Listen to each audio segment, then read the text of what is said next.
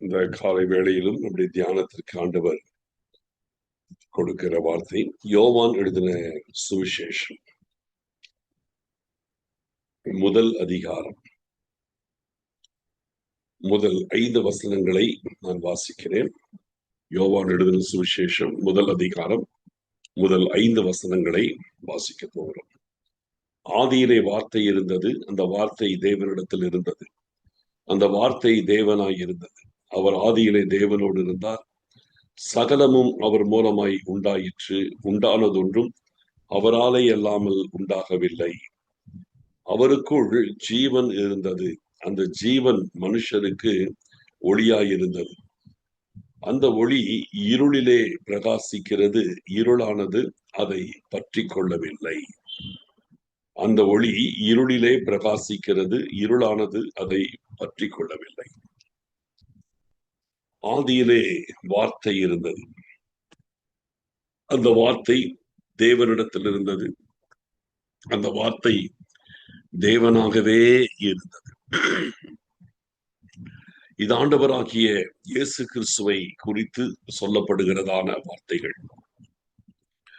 அவர் ஆதியிலே தேவனோடு இருந்தார், சகலமும் அவர் மூலமாய் இயேசு கிறிஸ்து மூலமாய் உண்டாயிற்று, உண்டானதொன்றும் அவராலே இல்லாமல் உண்டாகவில்லை.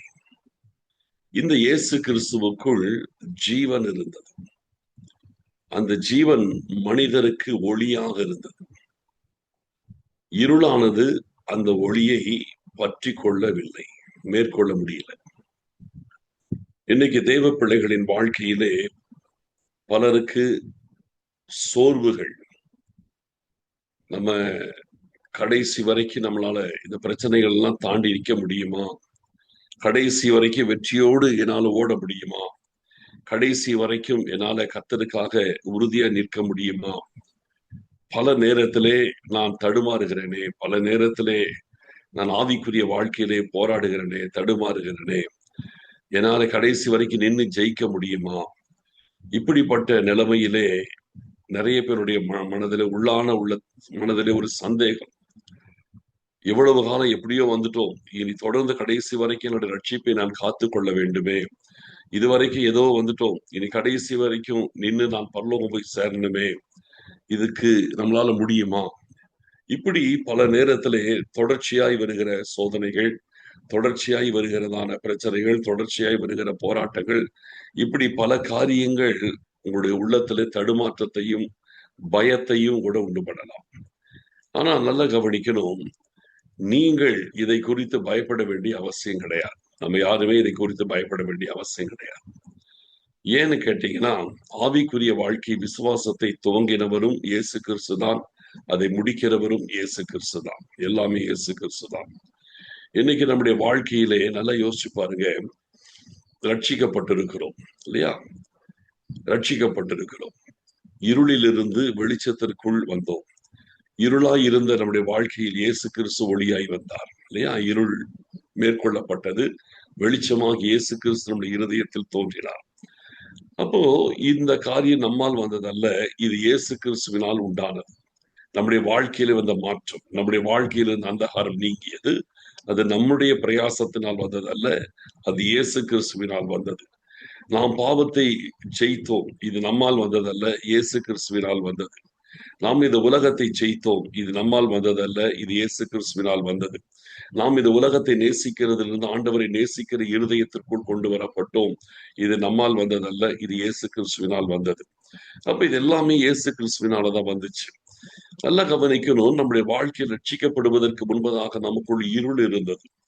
அந்த இருளை இயேசு கிறிஸ்துவாகிய ஒளி, அதான் அவருக்குள்ள அந்த ஜீவன் இருந்தது, அந்த ஜீவன் மனுஷனுக்கு ஒளியாயிருந்தது. அந்த ஒளி இருளை மேற்கொண்டது.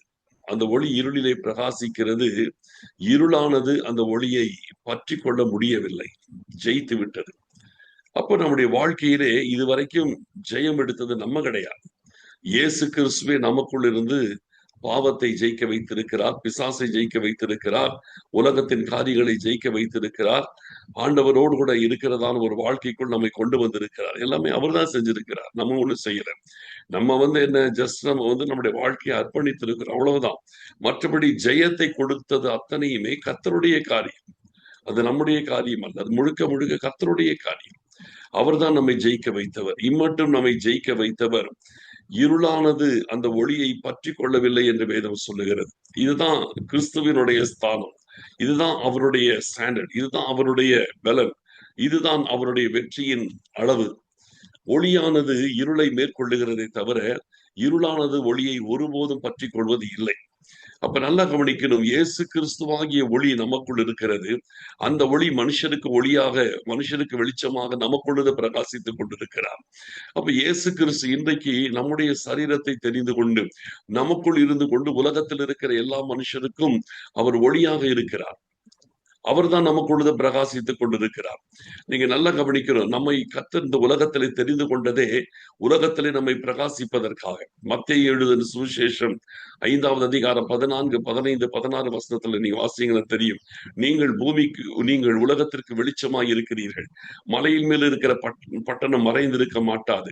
விளக்கை கொளுத்தி மரக்காலால் மூடி வைக்காமல் விளக்கு தண்டின் மேல் வைப்பார்கள்.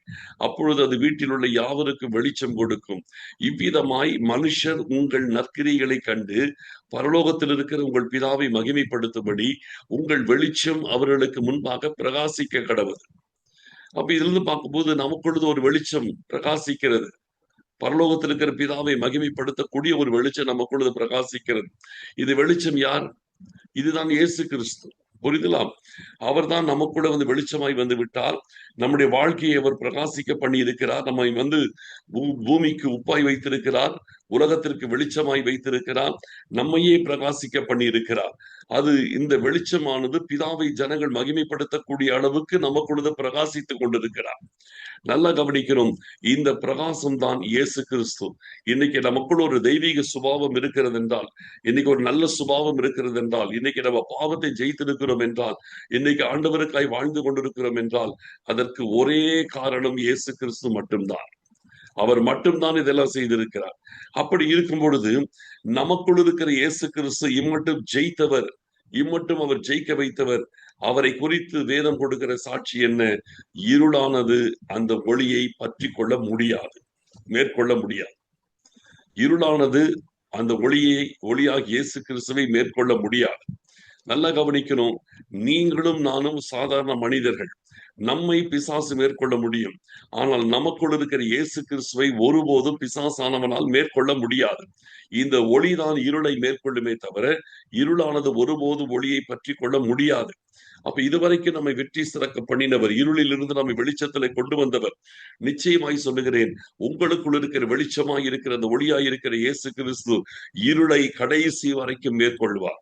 நம்ம செய்ய வேண்டியதெல்லாம் ஜஸ்ட் அவரோடு நம்ம டெய்லி ஒரு கான்டாக்ட்ல அவரோடு கூட ஐக்கியமாய் இருந்தால் போதும்.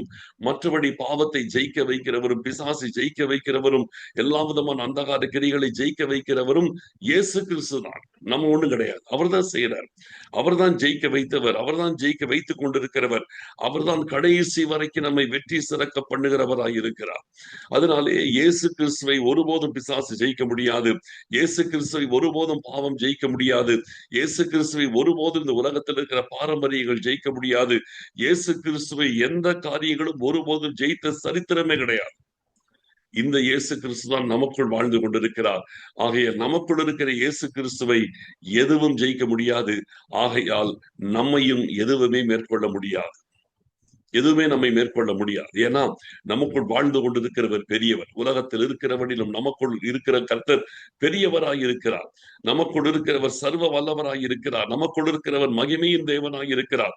நமக்குள் இருக்கிறவர் ராஜாதி ராஜனும் கர்த்தாதி கர்த்தரும் மகிமையாய் வெற்றி சிறந்தவருமாய் இருக்கிறார். ஆகினாலே எதுவும் நம்மை மேற்கொள்ள முடியாது. தெய்வ பிள்ளைகள் என்னைக்குமே எதிர்மறையான சிந்தனையில வாழக்கூடாது. நம்மளால முடியாதோ, நம்ம ஜெயிக்குமோ, நம்ம ஜெயிக்காம விட்டுருவோமோ, நம்ம தோத்துருவோமோ, நம்ம தடுமாறிடுவோமோ, நம்மளால நிக்க முடியாதோ, இந்த தாட்டே வரக்கூடாது. கர்த்தர் நம்மை ஜெயிக்க வைத்திருக்கிறார், இன்னமும் ஜெயிக்க வைப்பார் இல்லையா? கடைசி வரைக்கும் நம்மை வெற்றி சிறக்க பண்ணுகிறவர் கர்த்தர் தான். உம்முடைய வாழ்க்கையில ஆரம்பத்தை விசுவாசத்தை தொடங்கினவர் அவர்தான், முடிக்கிறவரும் அவர்தான். கடைசி வரைக்கும் அவர் நமக்குள் இருப்பார். நம்ம செய்ய வேண்டியதெல்லாம் இந்த இயேசு கிறிஸ்து நம்மோடு கூட இருப்பதற்கு நம்மளை ஜாக்கிரதையோடு காத்துக்கொள்ளணும். அவர் நம்மோடு கூட இருப்பதற்கு நம்மை விட்டு கொடுத்து நம்ம வாழ்ந்தால் போதும். அவர் நம்மை விட்டு விலக மாட்டார், அவர் நம்மை கைவிட மாட்டார். நாம் அவரை விட்டு விலகாமல் கொஞ்சம் இருந்துட்டா போதும். தினமும் கர்த்தரை தேடுங்கள், தினமும் ஜெபிக்கிறவங்க, தினமும் வேதத்தை வாசிங்க, தினமும் கர்த்தரை துதிங்க, தினமும் கர்த்தரோடு கூட இருங்கள். உங்களுக்குள்ள அவர் இருக்கிறதற்கு மட்டும் நீங்க பார்த்துட்டீங்கன்னா போதும், மீதி எல்லாத்தையும் அவர் பார்த்துக்குவார். நம்ம ஜெயிக்கிறது எல்லாத்தையும் குறித்து கவலைப்பட வேண்டிய அவசியமே கிடையாது. அவரே எல்லாத்தையும் வெற்றி சிறக்க பண்ணுவார். நம்ம செய்ய வேண்டியதெல்லாம் அவர் நமக்குள் இருக்கிறதுக்கு பார்த்துக்கிட்டா போதும். நம்ம அவரை விட்டு வெளியே போகாமல் நம்மை காத்து கொண்டால் போதும். அவர் போக மாட்டாரு. நம்ம அவரை விட்டு வெளியே போகாதபடிக்கு நம்மை பாதுகாத்து கொண்டால் போதும். நாம அவரோடு டெய்லி ஒரு ஆவிக்குரிய வாழ்க்கையில் அவரோடு தொடர்புள்ளவராய் வாழ்ந்தாலே போதும். நாம் அவரோடு கூட ஐக்கியப்பட்டவர்களாய் இருந்தாலே போதும். உங்களுடைய வாழ்க்கையிலே கடைசி வரைக்கும் வெற்றி பெறுவீர்கள், மகிமையாய் ஜெயிப்பீர்கள். சகலத்தின் இதுவரைக்கும் ஜெயித்தவர்கள் தொடர்ந்து ஜெயிப்பீர்கள், முற்றுமுடிய ஜெயிப்பீர்கள். கடைசி வரைக்கும் ஜெயித்து ஜெயமுள்ளவர்களாய் பரலோக ராஜ்யத்தை நாம் சுதந்திரிக்கும்படி கர்த்தர் நமக்குள் இருக்கிறார். நமக்குள் இருக்கிறவர் சாதாரணமானவர் அல்ல, சகலத்தை ஜெயித்தவர். இருளில் வாழ்ந்தது, இருளில் மூழ்கியிருந்த உலகத்தை வெளிச்சத்தை கொண்டு வந்தவர் அவர். ஆதியிலே வார்த்தை இருந்தது, அந்த வார்த்தை தேவனிடத்தில் இருந்த அந்த வார்த்தை அது. இந்த வார்த்தையை தான் வேதத்தின் முதல் பகுதி தான் சொல்லுகிறது. ஆதியிலே தேவன் வானத்தையும் பூமியையும் உண்டாக்கினார். பூமியானது ஒழுங்கின்மையும் வெறுமையுமாய் இருந்தது. ஆழத்தின் மேல் இருள் இருந்தது. தேவாவியானவர் ஜலத்தின் மேல் அசைவாடி கொண்டிருந்தார். தேவன் வெளிச்சம் உண்டாக கடவுது என்றார். அந்த இருளில் மூழ்கி இருந்ததான அந்த பூமியானது வெளிச்சம் அங்கே உண்டாயிற்று. இந்த வெளிச்சம் தான் நம்முடைய வாழ்க்கையில வந்திருக்கிறது. இருளில் இருந்து பூமியை பிரகாசிக்க பண்ணியது.